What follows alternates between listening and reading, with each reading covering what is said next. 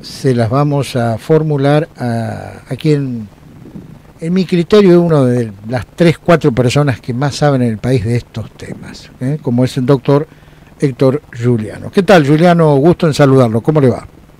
¿Qué dice, Claudio? Buen día. Hace tiempo no hablábamos. Realmente, espero que sus cosas vayan bien. Es que no había tema, ¿vio?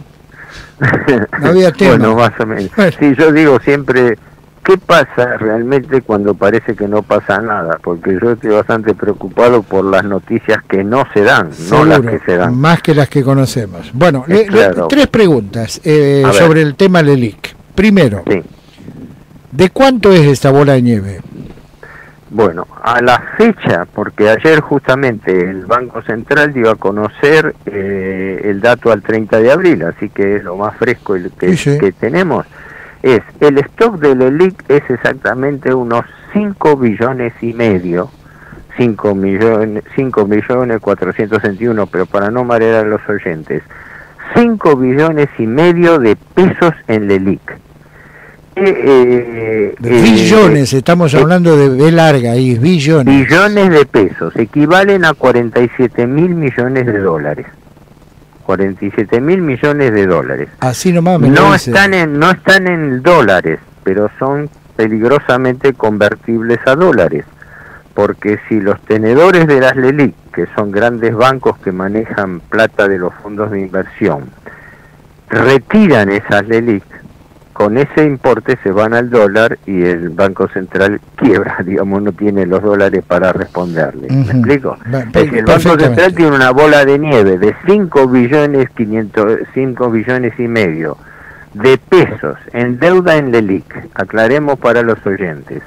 Las LELIQ son letras a 28 días de plazo que rinden el 47% anual. Por exigencia del Fondo Monetario de aumentar las tasas de interés, las tasas de interés del LELIQ, que hace más o menos un mes y medio estaban en 38, fueron llevadas de 38 a 40, después de 40 a 42, de 42 a 44 y ahora 47%. Es decir, se paga más en cuanto a la tasa de interés por una LELIQ que vence a los 28 días que por un plazo fijo. Sí, desde ya. La tasa de plazo fijo es un poco menor, está en 43, pero no hay que olvidarse que el banco no es el único que tiene ganancias sobre las LELIQ, porque el banco coloca dinero que a su vez le colocan fondos de inversión. ¿Me explico? El banco es un intermediario que puede operar con plata propia, seguramente parte de la plata es propia del banco, pero puede operar por cuenta de terceros, que son los grandes fondos de inversión, que en su mayoría, aunque la gente no lo sepa, son fondos de inversión extranjeros que entraron con la crisis de Macri en el año 2018, que hicieron la bicicleta financiera. Vinieron en dólares, se cambiaron a pesos, los pesos se pusieron acá en LELIQ, que rinden las tasas más altas del mundo, y cuando lo consideren conveniente se pueden retirar y decir, devuélvanme la plata del LELIQ y con esa misma plata yo voy al dólar. Entonces es el chantaje permanente que los fondos de inversión a través de los bancos tienen contra el Banco Central. Bien, ¿me das más tasa de interés o me voy al dólar? Estas LELIQ están solamente en manos de los bancos. Exacto, los únicos que pueden comprar y vender, los únicos que pueden comprarle al Banco Central son bancos. Pero los bancos, ya le digo, no es que utilicen plata propia. Los fondos de inversión, que son más poderosos que los bancos, tienen plata metida en los bancos. Y en los bancos, a su vez, con esa plata compran LELIQ. Entonces, si se le retira el depositante, el banco retira la plata y así se pone la cadena regresiva. Bueno, vamos a otra pregunta. Le agrego algo, si no le robo tiempo, porque es importante. Meta nomás. En este momento, uno de los mayores problemas que tiene el gobierno es que dos de los grandes fondos buitre de inversión que entraron en la Argentina con Macri, el Templeton y el PIMCO, tienen invertidos en LELIQ el equivalente a 4.000 millones de dólares. Hay que multiplicarlo por pesos. Y en este momento uno de los problemas no declarados que no salen en los titulares de los diarios, pero más grave, es que estos dos fondos están pidiéndole al gobierno que le retirar la plata para llevarse los dólares. Y el gobierno, aterrorizado de que le pidan 4.000 millones de dólares para llevárselo de vuelta al exterior, que no se los puede negar, entonces dice, bueno, espere, ¿cómo hacemos para retenerlo? Muy simple, aumentenme la tasa de interés. ¿Me explico? Está clarito. Ese es el gran dilema ahora, que vive en este momento el gobierno. De estos 5.500... Perdón, hice esta digresión porque me parece que era importante, ¿no? De estos 5.500 billones de pesos. De estos 5.500 billones de pesos. ¿Me escucha, Juliano? Hola. Yo lo escucho perfectamente. No, está bien, no, digo, le hice esta aclaración porque me pareció importante, le decía, pero usted me iba a hacer una pregunta que yo lo interrumpí. No, digo, de esta masa de billones de pesos, ¿cuánto nos cuesta cada 28 días a los argentinos en materia de intereses, ya no de tasas, sino en pesos? Si es que podemos tener una aproximación, ¿no? Sí, mire, yo hice el cálculo y lo tengo grabado inmediatamente. A los valores actuales, al 30 de abril, 5,5 billones de pesos metidos en LELIQ, que es deuda de cortísimo plazo del Banco Central, y implican el pago de intereses de 7.000 millones de pesos por día.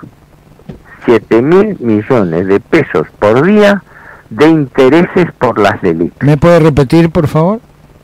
7.000 millones de pesos de intereses por día que le caen al Banco Central por esta bola de nieve imparable de las LELIQ. ¿Qué ocurre? El Banco Central ni siquiera tiene plata para poder pagar estos intereses. ¿Qué hace entonces? Usura pura, anatocismo, es decir, capitaliza intereses.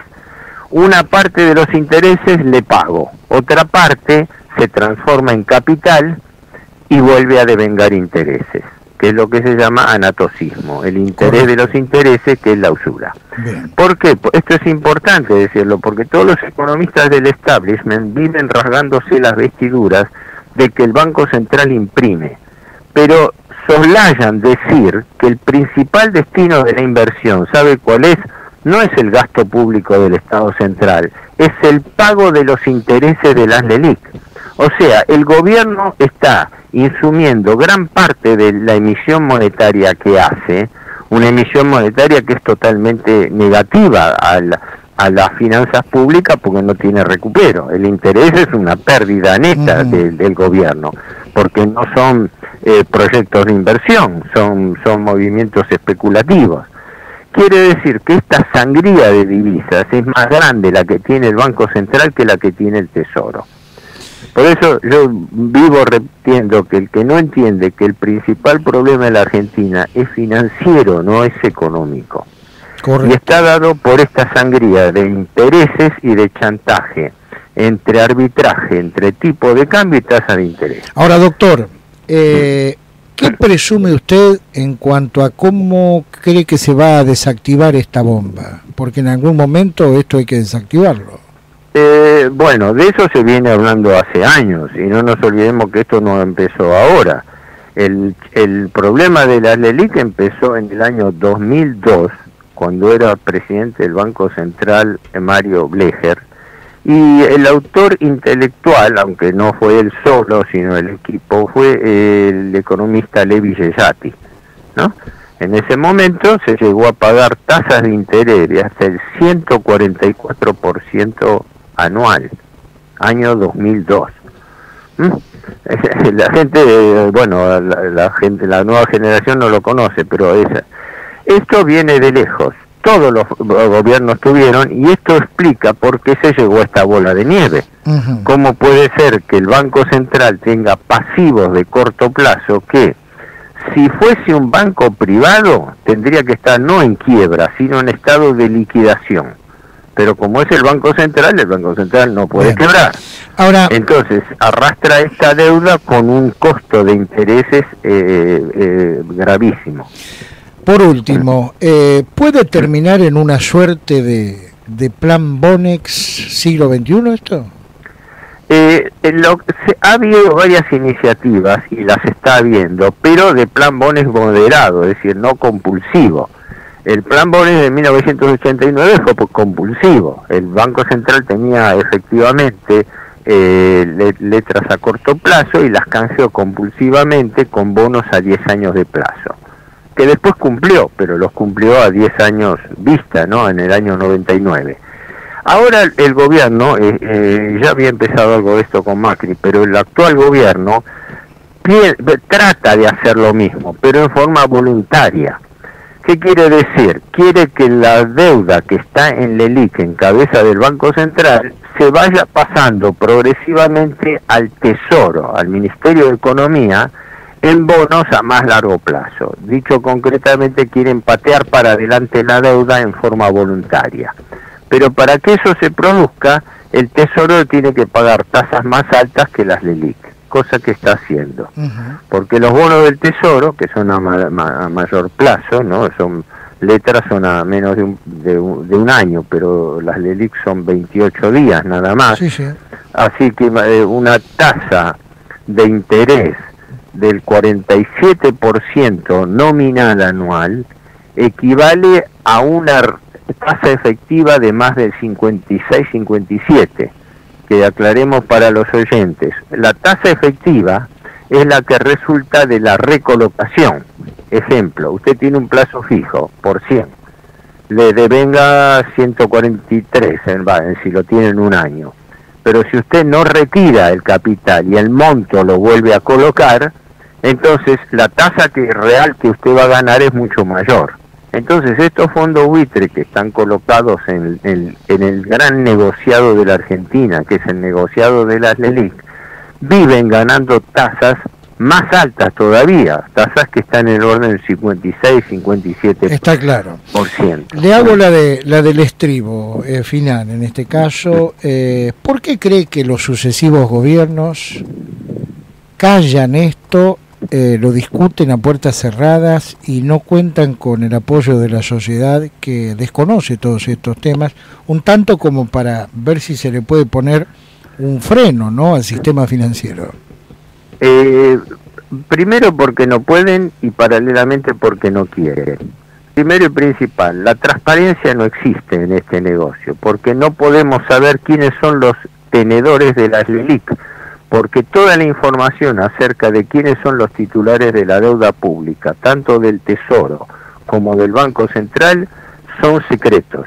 El Banco Central no informa quiénes son los grandes bancos que tienen ni cuánta plata tienen colocada. No sabemos si desde los mismos bancos oficiales del Banco Nación, que son también compradores de LELIQ, hasta bancos privados como puede ser el Galicia, el Citi, cualquiera de los bancos que tenga, el Banco Central mantiene en secreto la información sobre quiénes son los acreedores, cosa que me parece una intransparencia total y absoluta. Porque el pueblo argentino, que tiene una deuda a través del Ministerio de Economía o del Banco Central, no sabe quiénes son los acreedores? Ahora, después no pueden porque los capitales financieros son más poderosos que el Estado, acá y en toda parte del mundo. Y además no quieren hacerlo porque son cómplices. Son cómplices porque estas cosas no ocurren gratuitamente, ¿verdad? ¿Ah, no? El gobierno Macri no se endeudó en forma criminal por equivocación, porque toda la plana mayor del gobierno Macri venía justamente de los bancos acreedores de la Argentina, como Prat Gay y Luis Caputo y Luis Bausili, que venían de la banca Morgan, o Gustavo Cañonero, que venía del Fondo Templeton.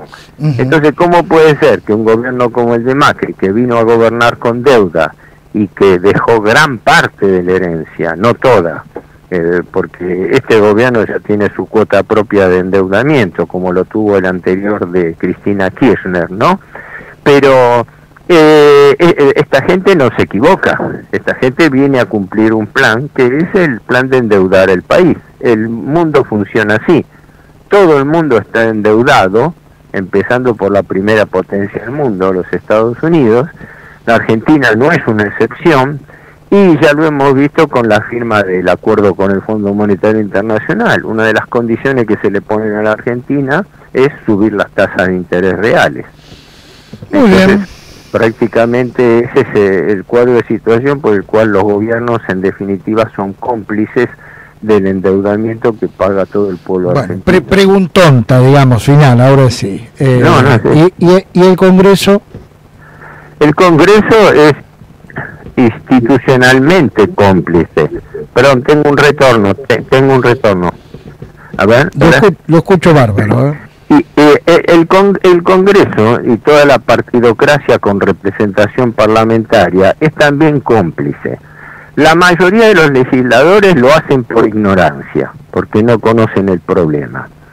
Y la minoría lo hace por complicidad, porque los que levantan la mano, como levantaron la mano, por ejemplo, con el acuerdo con el fondo, sin saber lo que eso implicaba, no, la mayoría desconocen el alcance de ese acuerdo. Y los pocos que lo conocen son cómplices del acuerdo. Así que entre una mayoría que desconoce los temas, no por ignorancia o por negligencia o por las razones que sea, y una minoría cómplice, las decisiones del gobierno como las del Congreso salen siempre según la voluntad de los acreedores. Eso es una regla desgraciadamente es así en la Argentina. Estamos escuchando al doctor Héctor Giuliano. Giuliano, muy amable como siempre, lo mejor para ustedes este fin de semana, ¿eh? Ok, igualmente, gracias por llamar. Hasta cualquier momento.